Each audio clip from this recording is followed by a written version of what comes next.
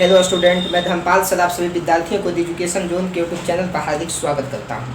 आइए हम लोग आज जो है चर्चा करने जा रहे हैं, फिजिक्स के वीडियो को कंटिन्यू करते हैं।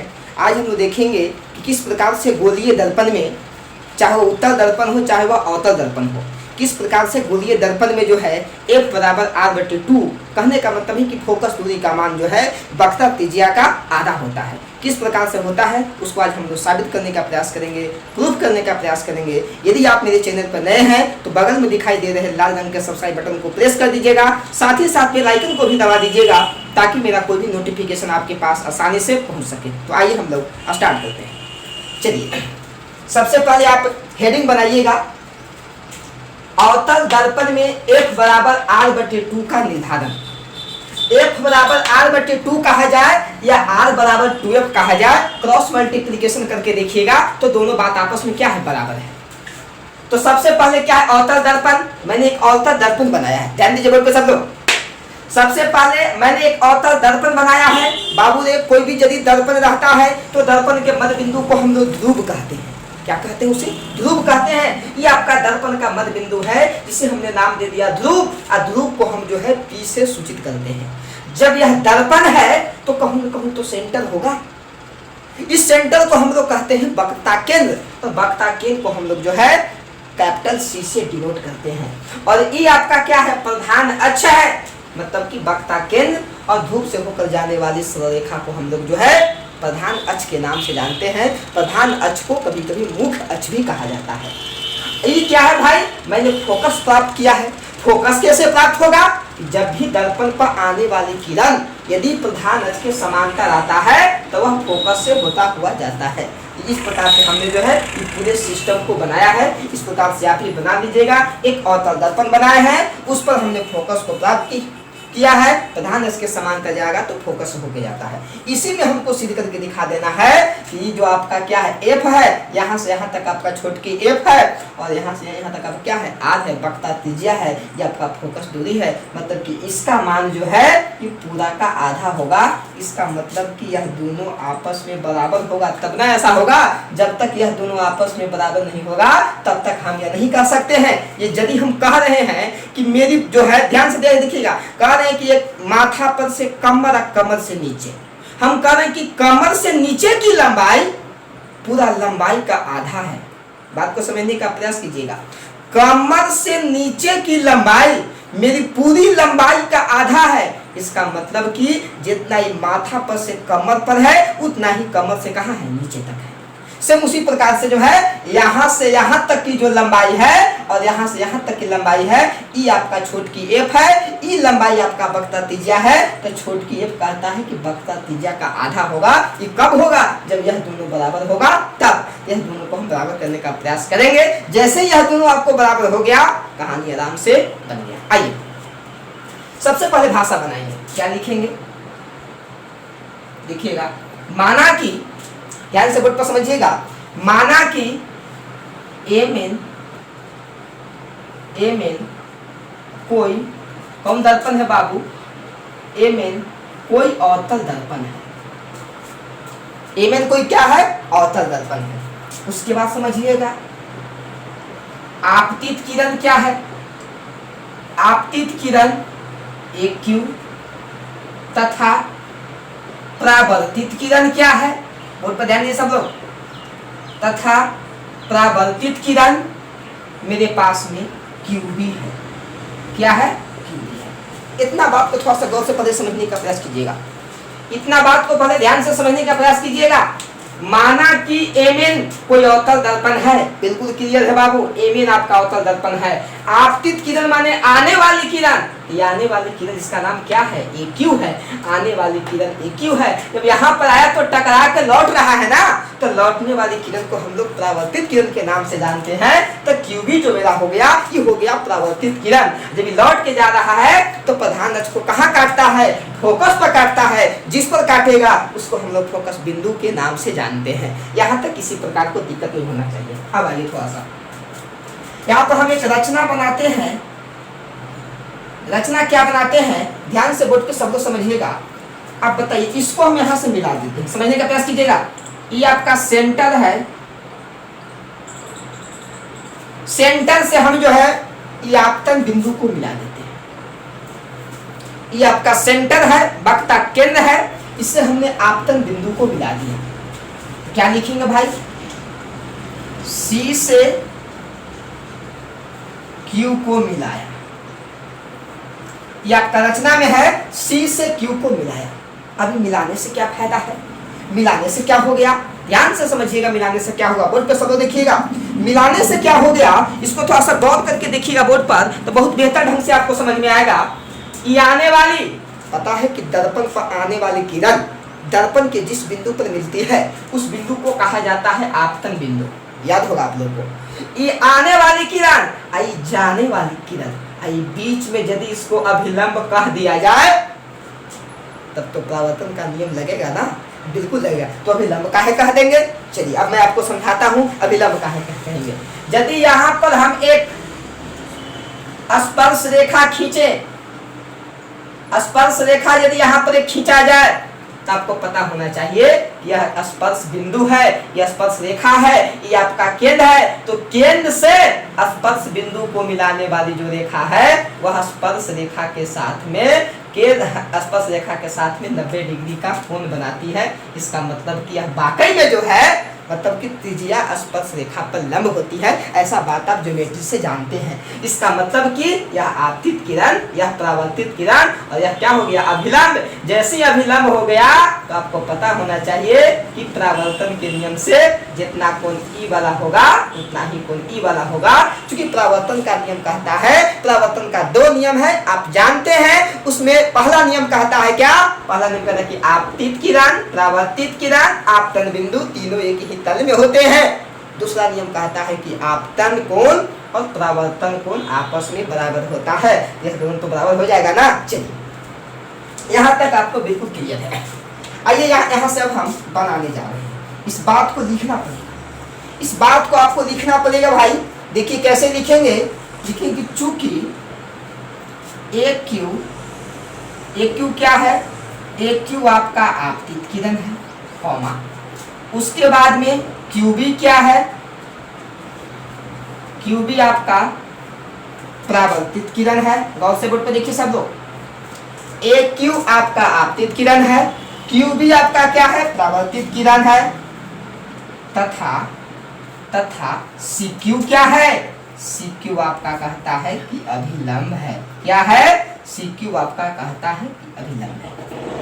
इतना चीज यदि आपको मिल रहा है, आपतित किरण भी मिल रहा है, परावर्तित किरण भी मिल रहा है, अभिलंब भी मिल रहा है, तो आपतन कोण भी मिलेगा, परावर्तन कोण भी मिलेगा और परावर्तन के नियम से आपतन कोण तथा परावर्तन कोण आपस में बराबर होगा। इसलिए आराम से हम कह सकते हैं कि परावर्तन के नियम से, बोर्ड पे एकदम बारीकी से देखिए बाबू। इसलिए परावर्तन के नियम से हम क्या कह सकते हैं? परावर्तन के नियम से कह सकते हैं कि आपतन कोण और परावर्तन कोण आपस में बराबर होते हैं। मतलब कि हाई वाला कोणमा और हाई वाला कोणमा आपस में क्या होगा? बराबर होगा। मतलब कोण का नाम देने के लिए जानते हैं ना, ए क्यू सी बन जाएगा मेरे पास में कोण बाबू रे। ए क्यू सी बराबर होगा कोण मेरे पास में क्या? सी क्यू क्या होगा? एफ भी कह सकते हैं ना, सी क्यू एफ भी कह सकते हैं, सी क्यू बी भी कह सकते हैं। तो कह सकते हैं सी क्यू एफ बराबर जो है आपने समझने के लिए उसको क्या मान रखा है? उसको समझने के लिए आपने थीटा मान रखा है कि जितना कोण हाई वाला है उतना ही कोण हाई वाला है। क्लियर है ना? यहाँ तक नहीं दिक्कत होना चाहिए। अब देखिए पुनः हम काम करने जा रहे हैं। ध्यान से बोर्ड पे सब कुछ समझिएगा, ध्यान से बोर्ड को समझने का प्रयास कीजिएगा। एक बात आप जानते होंगे, क्या जानते हैं? मैं आपको याद दिला रहा हूं कि यदि 2 समांतर रेखाओं को या 2 समांतर किरणों को या 2 समांतर रेखा खंड को याद कीजिए जब मैं आपको बताया था कि जब 2 समांतर किरण हो, चाहे समांतर रेखा हो, चाहे समांतर रेखा खंड हो, यदि उसे कोई तीसरी रेखा काटती है तब 3 चीज याद है। 3 चीज, पहला संगत कोण समान होते हैं, दूसरा एकांतर कोण समान होते हैं, तीसरा एक ही ओर के अंतः कोणों का जो फल 180 डिग्री होता है। चलिए आपको याद होगा, ध्यान दीजिएगा। लगता है कि इसको आपने जो खींचा है ये प्रधान अक्ष के समांतर है। यदि प्रधान अक्ष के समांतर नहीं होता तो फोकस मिलवे नहीं करता। इसका मतलब कि यह जो ए क्यू है वह एक्स एक्स डैश के समांतर है, और ई जो है उसको काट रहा है। ई क्या है? ई उसको काटने वाली है, उसको आराम से काट रहा है। आई हो ऐसा दो को देखा है, और ऐसे कोई काटे वाला मिल जाता है, यह कौन का नाम बता सकते हैं? क्या बताइएगा? आपका जवाब होगा कि सर ये लगता है कि एकांतर कोण है सर, और एकांतर कोण आपस में क्या होते हैं? एकांतर कोण आपस में बराबर होते हैं। मतलब कि कह सकते हैं कि यह कोण और यह कोण एकांतर कोण है, यह कोण थीटा, तो यह कोण को भी थीटा हम कह सकते हैं। यहाँ पर किसी प्रकार की दिक्कत नहीं होनी चाहिए। आइए हम लोग इस बात को लिख देते हैं। लिखेंगे क्या कि चूंकि ए क्यू समांतर एक्स एक्स डैश है, एक्स एक्स डैश है तथा कौन उन्हें काटती है? कौन काटती है बाबू बता सकते हैं? क्यूसी उन्हें काटती है, तथा क्यूसी उन्हें क्या करती है? काटती है। इसलिए आराम से हम कह सकते हैं कि कौन हो जाएगा ए क्यूसी, कौन हो जाएगा ए क्यूसी बराबर कैसन कौन हो जाएगा? एकांतर कौन हो जाएगा? क्यूसीएफ हो जाएगा, QCF। यह कौन एकांतर कोण हुआ। अब एक बात और समझिएगा, हाई कोण का मान लगता है कि आपके पास में थीटा है। AQC बराबर CQF, इसका मान क्या है? थीटा है। यहाँ पर थीटा थोड़ा सा हम पुट कर दें तो क्या बन जाएगा? ध्यान से समझने का प्रयास कीजिएगा। यहाँ पर यदि हम थीटा रख देते हैं तो थीटा बराबर बन जाएगा कौन मेरे पास में? QCF हो जाएगा, QCF। इसलिए यहाँ से हम यह भी कह सकते हैं कि कौन QCF बराबर क्या हो जाएगा? थीटा। यहाँ तक कोई दिक्कत है? QCF बराबर थीटा, मतलब कि यह कोण भी थीटा और यह कोण भी थीटा। नहीं, अब एक बात थोड़ा समझने का प्रयास कीजिएगा, यहाँ तक आप लोग को किसी प्रकार की दिक्कत नहीं होना चाहिए। आइए थोड़ा सा हम लोग, यहाँ पर मेरे पास जगह है, इस जगह को भी थोड़ा सा हम खाली कर देते हैं, ज़्यादा बेहतर होगा। समझने का प्रयास कीजिएगा। अब आइए पुनः जो है ऊपर आ जाइए सब लोग। पुनः देखिए हम क्या करने जा रहे हैं। ये छोटका वो ट्रायंगल आपको दिखाई दे रहा है, ये ट्रायंगल माने होता है बाबू त्रिभुज। त्रिभुज आपको दिखाई दे रहा है CQF। देखिए ट्रायंगल हम काम करेंगे CQF में। CQF में आपको पता है किसी भी त्रिभुज में दो गो भुजा बराबर तो दो गो कोण बराबर, तीन गो भुजा बराबर तो तीन गो कोण बराबर। मतलब कि भुजा बराबर तो कोण बराबर और कोण बराबर तो भुजा बराबर। क्या इसमें लग रहा है कि यह दोनों कोण आपस में बराबर है? जब यह दोनों कोण आपस में बराबर है तब एक सामने वाला का भुजा भी तो बराबर होगा, बिल्कुल बराबर होगा। चलिए तो कह सकते हैं ट्रायंगल CQF में क्या जी कि हो जाएगा CQF हो जाएगा, कौन हो जाएगा? CQF बराबर कौन हो जाएगा? QCF। मतलब कि यह कोण भी थीटा और यह कोण भी थीटा बराबर आपके पास में क्या है? थीटा है। CQF बराबर QCF आपको बराबर थीटा है। इसलिए आराम से हम कह सकते हैं जब दो गो कोण बराबर है तो सामने का भुजा भी बराबर होगा। तो एक सामने का भुजा हाई वाला है, एक सामने का भुजा हाई वाला है, तो बन जाएगा CQF एक का सामने क्या हो जाएगा? CF। तो हो जाएगा आपके पास में CF, चूंकि इस कोण के सामने का भुजा CF है, आई कोण का सामने भुजा क्या है? QF है। हो जाएगा आपके पास में QF। यहाँ तक किसी प्रकार को दिक्कत नहीं होनी चाहिए। यहाँ पर तक जो है किसी भी विद्यार्थी को कोई समस्या नहीं होनी चाहिए। ठीक है, मैं आपसे थोड़ा सा गुजारिश करूंगा, जगह के अभाव है नहीं, चलिए ठीक है ना, चलिए यहीं पर बना देते हैं, आपको कोई दिक्कत की बात नहीं। अब एक बात बताइएगा, थोड़ा सा समझने का प्रयास कीजिएगा सब लोग, हवाइएगा नहीं आराम से। ये आपका दर्पण है, देखिए पहले बोर्ड पर, ये आपका दर्पण है बाबू। तो इसी को ना द्वारक कहते हैं। द्वारक मैंने द्वारी बताए थे, जिससे आने वाली किरणें जो है प्रवेश करती है दर्पण पर। ये आपका द्वारक है। अच्छा ठीक है, थोड़ा सा समझिएगा।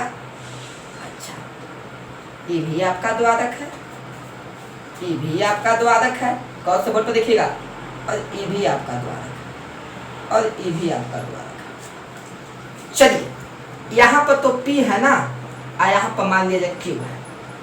सेम प्रोसेस होगा, यहाँ पर P यहाँ पर Q, सेम प्रोसेस होगा यहाँ पर P यहाँ पर Q, सेम प्रोसेस होगा यहाँ पर Q और यहाँ पर P। हाँ, इसमें क्या होगा, जहाँ पर P वहाँ पर Q।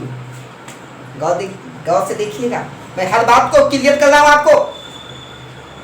यह बिंदु दर्पण का मध्य बिंदु है, ध्रुव है, यह बिंदु Q है जहाँ से हम द्वारों को नाप रहे हैं। इसका मतलब कि इसका द्वारक बड़ा, इसका द्वारक छोटा, इसका द्वारक छोटा, इसका द्वारक छोटा, इसका द्वारक छोटा। मतलब कि जैसे जैसे मैं द्वारक को छोटा करूंगा वैसे वैसे Q बिंदु जो है P के नजदीक आता जाएगा। जैसे जैसे द्वारक को बड़ा करूंगा वैसे वैसे Q बिंदु जो है P से दूर जाता नजर आएगा। तो यदि मैं दर्पण के द्वारक को छोटा करते करते एकदम छोटा कर दूं, बिल्कुल छोटा कर दूं, तब ऐसा आएगा ना कि P और Q एक ही जगह पे आ जाएगा। छोटा करते करते यदि हम फाइनली इस जगह पर पहुंच जाए तो आप देख रहे हैं आंख के सामने क्या कि जहां पर P था वही पर Q हो जाएगा। एक बात यहाँ पर हम लिख सकते हैं कि दर्पण के द्वारक को छोटा करने पर, दर्पण के द्वारक को छोटा करने पर एक स्थिति ऐसी आएगी कि बिंदु Q जो है कहाँ आ जाएगा, P पर होगा। ध्यान से बोर्ड पर समझिएगा।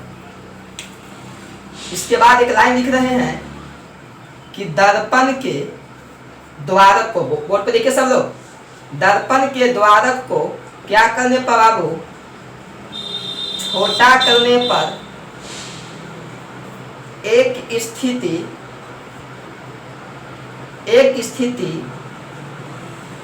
ऐसी आएगी कि बिंदु Q P पर होगी। बिंदु P और Q एक ही जगह पर होगा। इसका मतलब हम यह भी कोष्ट में यहां पर लिख सकते हैं कि P तथा Q समपाती होंगे। P तथा Q क्या होंगे, P तथा Q समपाती होंगे। अब इससे फायदा क्या हो गया आपको भाई, मान लिया जाए कि आपने दर्पण को छोटा करके देखा, छोटा किया द्वारक को, तो यह Q बिंदु यहां पर आ गया। तो आप थोड़ा सा समझने का प्रयास कीजिएगा क्या फायदा होने वाला है।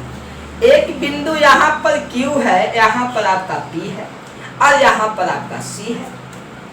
अब यहाँ की दूरी का नाम है आपका CQ और यहाँ की दूरी का नाम आपका क्या है, CP। अब यही चीज यदि यहाँ पर आ जाएगा तो कहिएगा ना कि जितना मेरा CQ होगा उतना मेरा क्या होगा, CP होगा। ये तो बोल सकते हैं ना। हम यदि जो है एक लड़का यहाँ खड़ा है, एक लड़का यहाँ खड़ा है, एक लड़का यहाँ खड़ा है, ये कहता है कि इसकी दूरी अलग है या इसकी दूरी अलग है, लेकिन जब यही लड़का ये पर जाके खड़ा हो जाएगा तब कहेगा कि दोनों एक ही जगह पर खड़ा है, मतलब दोनों का डिस्टेंस हमसे क्या है, बराबर है। आराम से कह सकते हैं। चलिए सिर्फ इसी बात को यहाँ पर देखिए हम करने जा रहे हैं। हल्का आप लोग ध्यान दीजिएगा, थोड़ा सा ध्यान दीजिएगा, बारीकी से ध्यान दीजिएगा तो कहीं पर किसी प्रकार का दिक्कत नहीं है। आइए मैं थोड़ा सा इसको यहाँ से इरेज करता हूँ। मानिएगा आप थोड़ा सा स्क्रीन शॉट ले लीजिए या वीडियो को पॉज कर लीजिएगा, बहुत बेहतर होगा। आइए थोड़ा सा अब हम यहाँ पर काम करने जा रहे हैं। इसको बारीकी से समझिएगा बाबू, हर चीज को मैं आपको क्लियर करते जा रहा हूँ, किसी प्रकार का डाउट नहीं कि कैसे हो रहा है। आइए, जब वही पर आ गया इसलिए तुम्हारा मिजाज से ना हम लिख सकते हैं, जब Q बिंदु भी मेरा P पर आ गया तो जितना F से Q का दूरी होगा उतना F से P का दूरी होगा। मतलब कि हम कह सकते हैं कि PF बराबर क्या हो जाएगा, QF। यदि यहीं पर आ जाएगा, यह बिंदु मेरा यहाँ पर Q आ गया तो हम QF भी और PF दोनों आपस में क्या हो जाएगा, बराबर हो जाएगा। इसलिए आराम से लिख देंगे कि PF बराबर हो जाएगा मेरे पास में क्या, यहाँ तक किसी प्रकार को परेशानी आप लोग को नहीं होना चाहिए। अब आइए हम लोग अंतिम पॉइंट पर, लास्ट स्टेप में हम लोग पहुंच गए हैं। चलिए अब बताइए थोड़ा सा, इस CP नजर आ रहा है, CP मतलब कि हम अपनी पूरा लंबाई को इस रूप में भी व्यक्त कर सकते हैं कि मेरी पूरी लंबाई बराबर एड़ी से लेकर कमर तक, कमर से लेकर चोटी तक, माथा तक। उसी प्रकार से इसकी पूरा लंबाई को हम यह कह सकते हैं कि C से लेकर F तक, F से लेकर P तक। मतलब कि PF और CF दोनों को ऐड कर दिया जाए तो क्या CP हो जाएगा ना। अरे बाबू E वाला जो E बराबर को पूरा, तो कह सकते हैं यहाँ से हम कि CP बराबर कह सकते हैं CF प्लस PF। CP बराबर CF प्लस PF। हमको CP को रखना है, सीपी से हमें काम है, क्या काम है? वो आर है। पीएफ से हमें काम है, क्या काम है? वो क्या है? वो आपका क्या है? ये आपका छोटी एफ है। अब देखिएगा थोड़ा थोड़ा सा आगे हम बढ़ा देते हैं, तो सीपी बराबर सीएफ। सीएफ का वैल्यू हम क्या दे सकते हैं, ध्यान से समझिएगा। सीएफ कहीं आपके पास में कहीं सीएफ है, सीएफ का मान आप जो है क्यूएफ रख सकते हैं, क्योंकि सीएफ जो है क्यूएफ के बराबर है, तो सीएफ के जगह पर रख दिया जाएगा।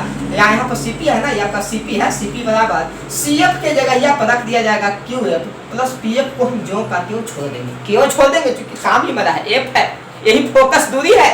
अब थोड़ा सा आगे बढ़ा दिया जाए तो आ जाएगा सीपी बराबर क्यूएफ। अब क्यूएफ भी लगता है कि पीएफ के ही बराबर है। ध्यान दीजिएगा, फिर से समझाते हैं आपको, फिर से देखिए बाबू रे। सीपी बराबर सीएफ प्लस पीएफ, सीपी बराबर CF plus PF, no doubt.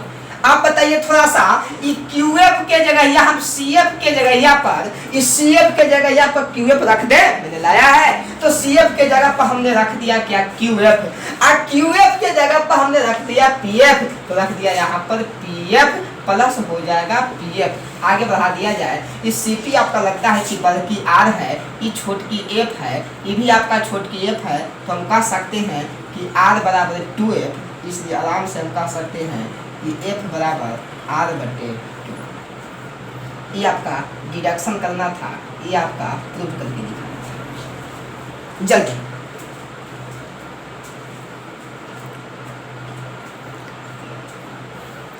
Screen shoot कर लीजिए, जल्दी आप लोग स्क्रीन शूट कर लीजिए बाबू जी।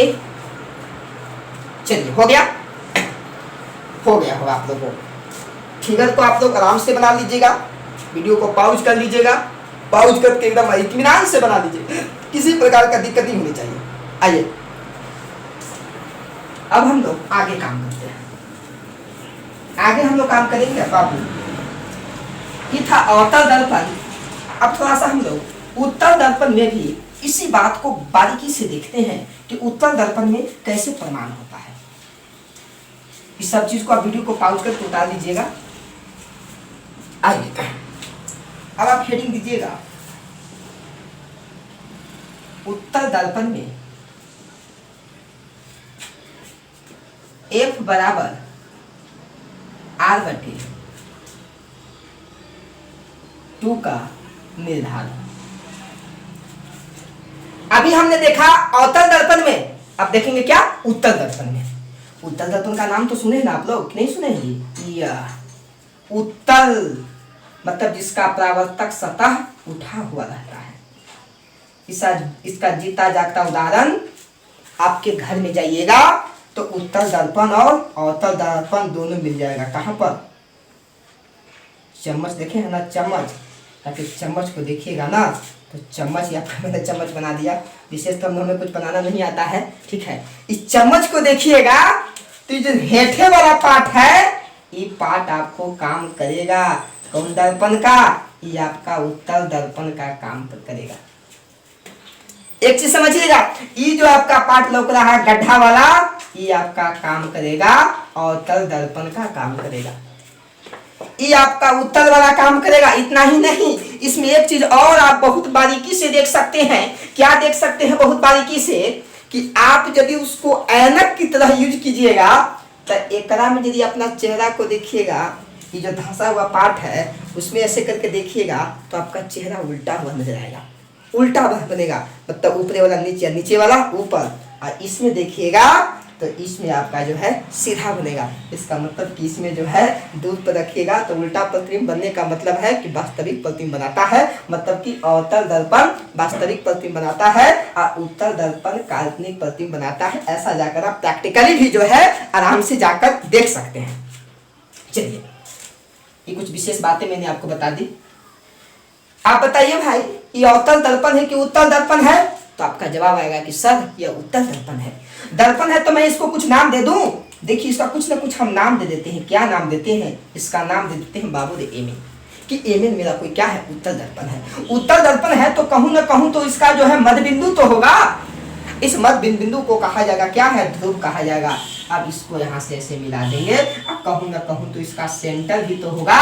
चलिए इसको नाम देंगे यहाँ पर क्या बाबू, यहाँ पर नाम देंगे x और यहाँ पर नाम देंगे आपका क्या, x डैश नाम दिया जाएगा। क्लियर है, इस सब चीज से आप लोग परिचित हैं। अब देखिए किरण यहाँ से प्रधान अक्ष के समांतर आ रही है। जब अवतल दर्पण पर किरण आती है तो बताइए परावर्तित होगी, उस रूप से ऐसे जो है ऐसे परावर्तित हो जाती है। लेकिन इसे हम जो है बैक डोर में ऐसे लेके आते हैं। मैंने आपको पहले ही बताया था, यह जो अवतल दर्पण का ये फोकस बिंदु मिल रहा है, यह फोकस बिंदु वास्तविक है कि काल्पनिक है, तो आप देखकर ही बता सकते हैं कि यह वास्तविक है कि काल्पनिक है। क्योंकि भाई ये डॉट लाइन से बना है तो इसको हम कहेंगे कि यह अवतल है, नहीं उत्तल है। उत्तल का फोकस दूरी जो है काल्पनिक होता है। ठीक है, अब देखिए थोड़ा सा यहां से हम क्या करेंगे, एक जो है इस प्रकार से ऐसे किरण को लावेंगे। ये आपका काम करेगा क्या चीज का, जो सीधे आपका कहां से आकर मिलेगा, सीधे आकर जो है यहां से मिलेगा। ये आपका काम करेगा अभिलंब का। एक कंस्ट्रक्शन हम बना, एक रचना हम बना रहे हैं, जिसको आप लोग बारीकी से समझने का प्रयास कीजिएगा। अभी तक हम सिर्फ फोकस बनाया था, यहाँ से ऐसे जो है किरण को लाएंगे इस प्रकार से, यहाँ तक तो ऐसे वास्तविक में आएगा और वापस लौट के जाएगा। पहले तो आएगा उसके बाद लौट कर जाएगा। तो आप बताइए थोड़ा सा, यहाँ पर परावर्तन के नियम से जो है हम कह सकते हैं कि यह कोण थीटा तो यह कोण थीटा। आइए इसको थोड़ा सा हम लोग बारीकी से समझते हैं पहले से बात को। फिगर में किसी प्रकार का दिक्कत है, मैं फिर से इसको समझा रहा हूँ। फोटो को बहुत बढ़िया ढंग से आप लोग उतार लीजिएगा, कुछ नाम दे दीजिएगा। यहाँ पर कुछ नाम दे दीजिए। क्या नाम दीजिए, यहाँ पर Q नाम दे दीजिए, यहाँ पर A नाम दे दीजिए, और यहाँ पर इसको B नाम दे दीजिए, और यहाँ पर इसको यहाँ पर C तो है, यहाँ पर D नाम दे दीजिए, और यहाँ पर इसको जो है E नाम दे दीजिए। नाम दीजिए ताकि कोण लिखने में किसी प्रकार की परेशानी नहीं हो। चलिए, प्रधान अक्ष क्लियर है, ध्रुव क्लियर है, फोकस कैसे मिला, प्रधान अक्ष के समांतर आया, उधर मुझे भागा, बैकडोर में लेके आया, यहाँ पर प्रधान अक्ष को काटा काल्पनिक रूप से तो काल्पनिक हो गया। ये आपका क्या है, वक्रता केंद्र है। अब देखिएगा, एक हम यहाँ पर अभी लंब खींच रहे हैं, ऐसे लंब डालेंगे तो लंब तो यहाँ पर से ऐसे आएगा, अब वापस लौट जाएगा ना। लेकिन जब उसको बैकडोर में लेके आवेंगे तो वह कहाँ से टकरा के लौटता होगा, वह जो है सेंटर से, मतलब कि वक्रता केंद्र से टकरा के लौटता होगा। चलिए, ये आपका रचना में हो जाएगा। इसी फोटो के माध्यम से आइए हम लोग F बराबर r/2 को प्रूफ करते हैं। ध्यान से बोर्ड पर देखिएगा, जो काम उसमें था सब काम इसमें है। लिखेंगे क्या, माना कि mn कोई क्या है, mn कोई उत्तल दर्पण है। बोर्ड पर देखिए सब लोग, उत्तल दर्पण है तथा एक क्यू क्या है, एक क्यू आपतित किरण एवं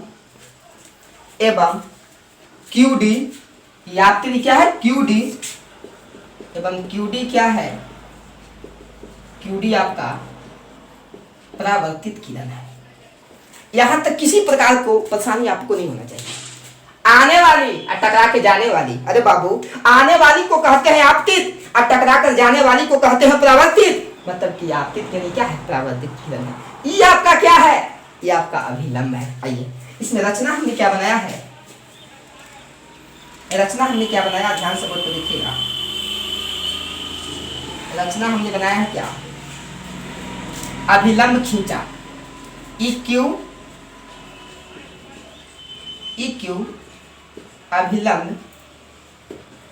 अभिलंब खींचा जो C से मिलती हुई क्या होती है बाबू, C से मिलती हुई प्रतीत होती है, C से मिलती हुई प्रतीत होती है। अब आइए थोड़ा सा पुनः यहाँ से हम स्टार्ट करने जा रहे हैं कैलकुलेशन को। यहाँ तक दिक्कत नहीं होनी चाहिए। आपतित किरण, परावर्तित किरण, तो इसको आपतन बिंदु तो नाम दे सकते हैं ना। तो आपतन बिंदु पर डाले गए लंब को कहते क्या है, अभी लंब कहते हैं। सब उसी प्रकार का कॉन्सेप्ट है। स्पर्श रेखा यहाँ पर खींचिएगा, तो स्पर्श रेखा खींचने के बाद ये जो होगा आपका, ये पूरा जो है यहाँ पर काम करेगा क्या चीज का, ये आपका पूरा जो है लंब का यहाँ पर काम करेगा सेम तरीका से, क्योंकि यह सेंटर से होकर आने वाली है। ठीक है, यह सेंटर से होकर आने वाली है, तो पूरा यह जो है आपका अभिलंब का काम करेगा। ठीक है, आइए बोलते थोड़ा सा, अब समझने का प्रयास कीजिएगा कैलकुलेशन को। पहले मैं आपको बता देता हूं, पहले मैं आपको समझा देता हूं। पूरा फोटो यही आपका है।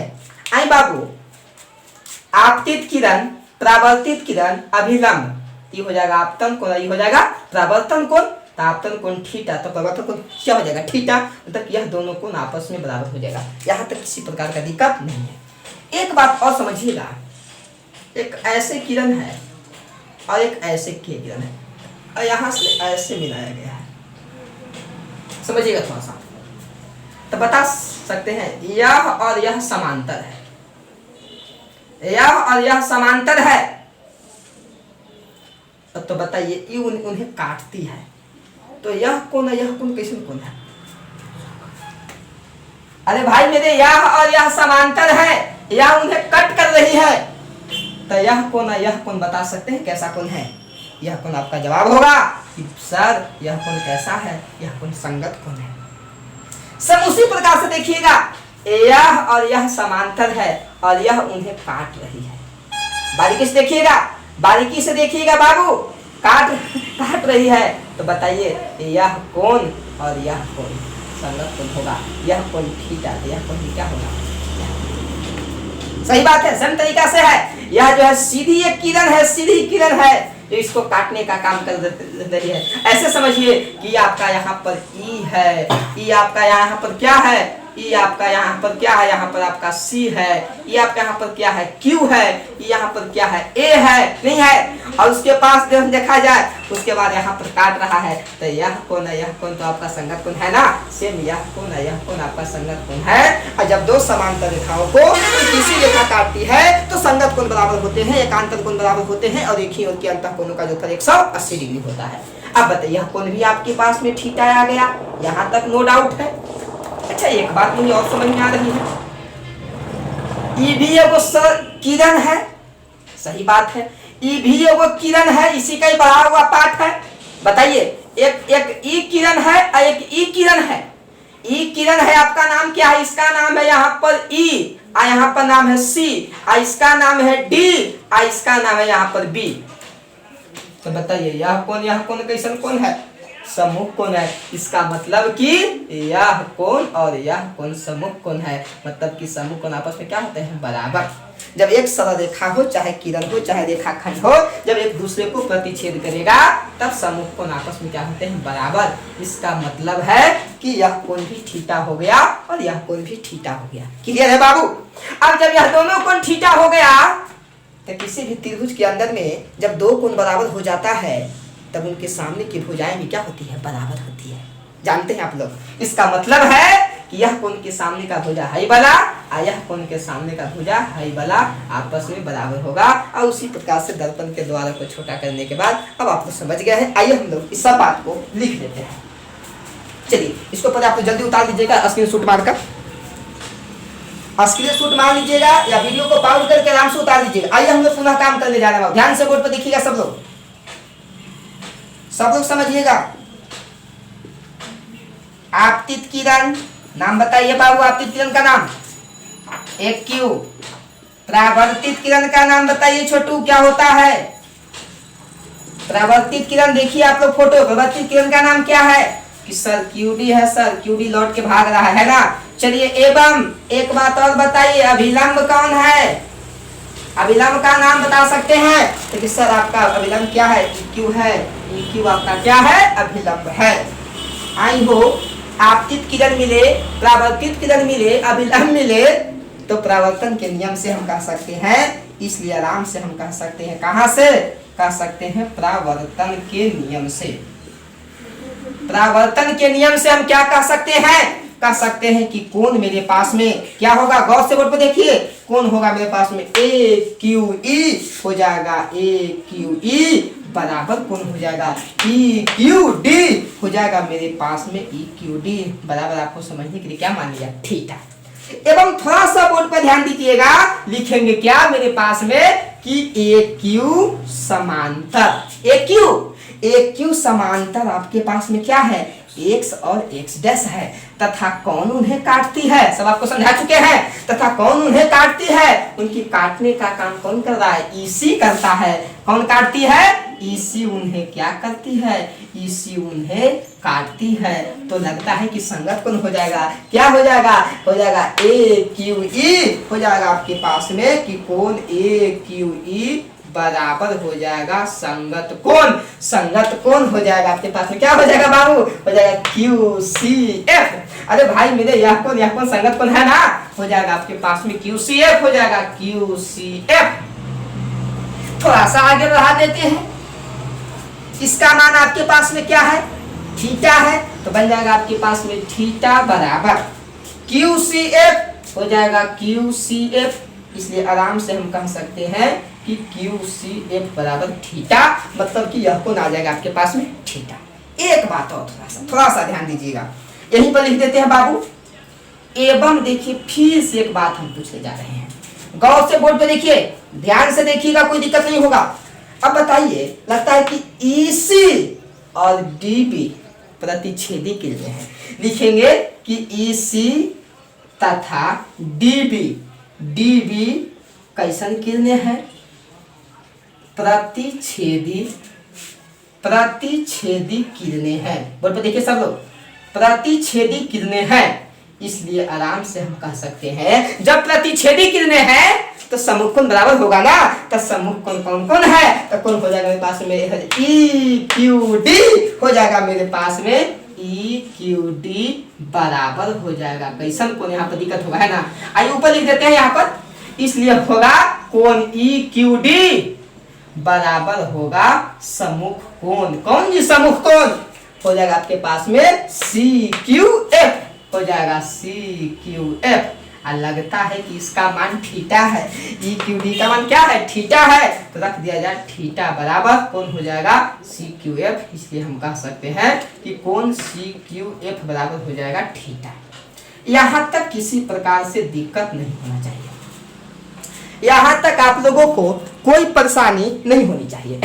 थोड़ा सा स्क्रीनशॉट कीजिए ना आप लोग, वीडियो को पॉज करिए बाबू, वीडियो को पॉज करके जल्दी आप इसको थोड़ा सा उतार लीजिएगा। आइए हम लोग आगे काम करते हैं, यहाँ तक कोई दिक्कत नहीं है, मैंने पहले ही आपको बता चुका था। आइए हम लोग आगे स्टार्ट करते हैं।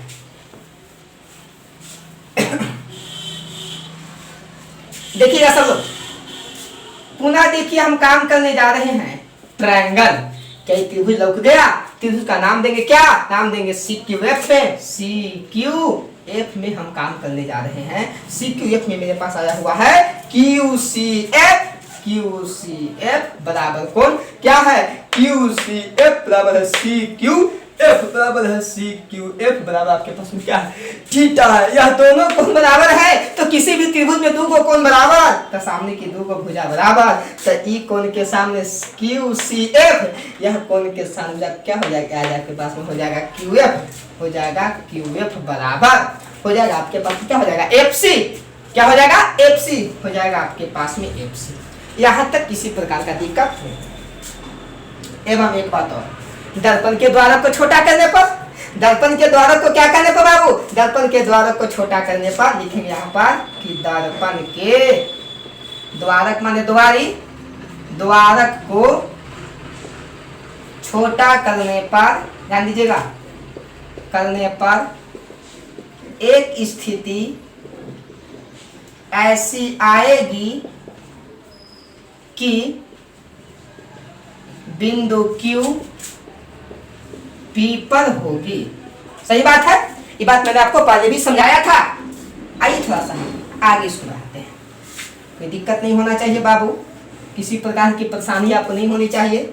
चलिए आप जब वहां पर होगा, इसलिए कह सकते हैं जब ई बिंदु आजा पर आ जाएगा तो जितना PF होगा उतना QF भी हो जाएगा ना, जितना मेरे पास में PF हो जाएगा उतना मेरे पास में क्या हो जाएगा, QF हो जाएगा। क्लियर है यहाँ तक। चलिए अब देखिए एक लाइन और बच गया है। अब कह सकते हैं यहां से कि पीसी बराबर PF plus FC. FC FC लिखिए चाहे सीएफ लिखिए, बात करते हैं ना। पीसी बराबर पीएफ प्लस कौन चीज एफसी। हमको पीएफ को रखना है, हमको पीएफ को भी रखना है और पीसी को भी रखना है। काहे रखना है? क्योंकि यह मेरा क्या है बता दीजिए, आर है या क्या है एफ है। अब एफसी को हमको हटाना है तो एफसी का मान क्या दे दे? एफसी का मान हम क्यूएफ दे देते हैं कि देखिए एफसी तथा क्यूएफ आपस में क्या है बराबर है, तो दे दिया जाएगा क्यूएफ। आगे थोड़ा सा बढ़ा दिया जाएगा तो हो जाएगा पीसी बराबर हो जाएगा पीएफ प्लस हो जाएगा क्यूएफ। अब क्यूएफ का मान देखिए हम क्या दे देते हैं नीचे वाला, इसको भी हम थोड़ा सा इरेज करते हैं, डिलीट करते हैं बाबू। कि क्यूएफ अब क्यूएफ लगता है कि पीएफ क्या है बराबर है, तो रख दिया जाएगा यहाँ पर पीएफ, तो बन जाएगा आपके पास में क्या, ये आपके पास में हो जाएगा आर, अब बराबर हो जाएगा छोटकी एफ और छोटकी एफ, इसलिए बन जाएगा आपके पास में आर बराबर 2f। आर बराबर 2f, इसलिए कह सकते हैं कि एफ बराबर हो जाएगा आर बटे 2। जब एफ बराबर आर बटे 2 है, या ये भी कह सकते हैं कि आर बराबर हो जाएगा, ये भी सही आपका है। क्रॉस मल्टीप्लिकेशन कर दीजिएगा तो किसी प्रकार की परेशानी नहीं होना चाहिए। जल्दी इसको आप जो है इरेज कर दीजिए, अति उतार दीजिए वीडियो को पॉज करके। वीडियो को पॉज करके आराम से उतार लीजिएगा, ठीक है। अब यहाँ से कुछ सवाल आता है, कुछ सवाल की चर्चा पास कर दे रहा है, ठीक है। एक सवाल आपसे पूछा जाएगा क्या बेटा? रे बाबू वीडियो को पॉज करके आराम से उतार लीजिएगा।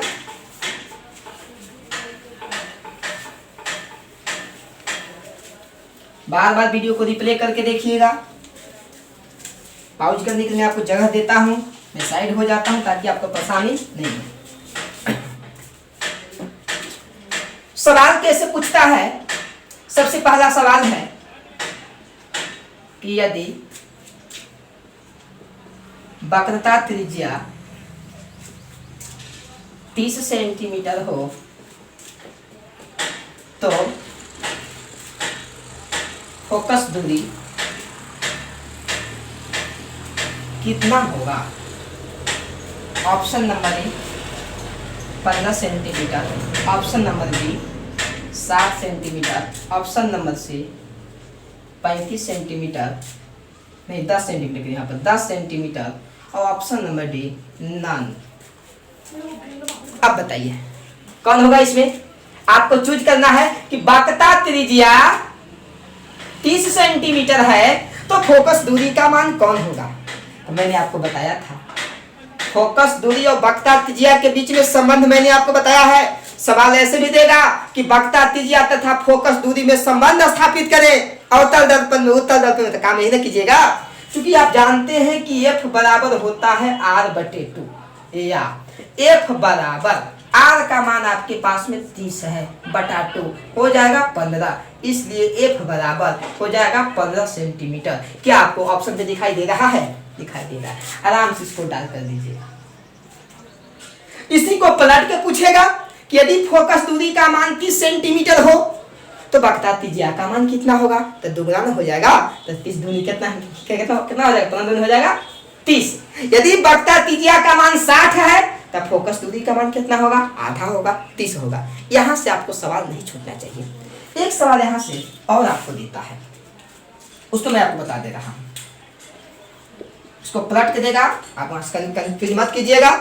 वक्रता त्रिज्या देगा तो आधा कीजिएगा, फोकस दूरी देगा तो दुगना कीजिएगा। कहता है कि निम्न में कौन सही है?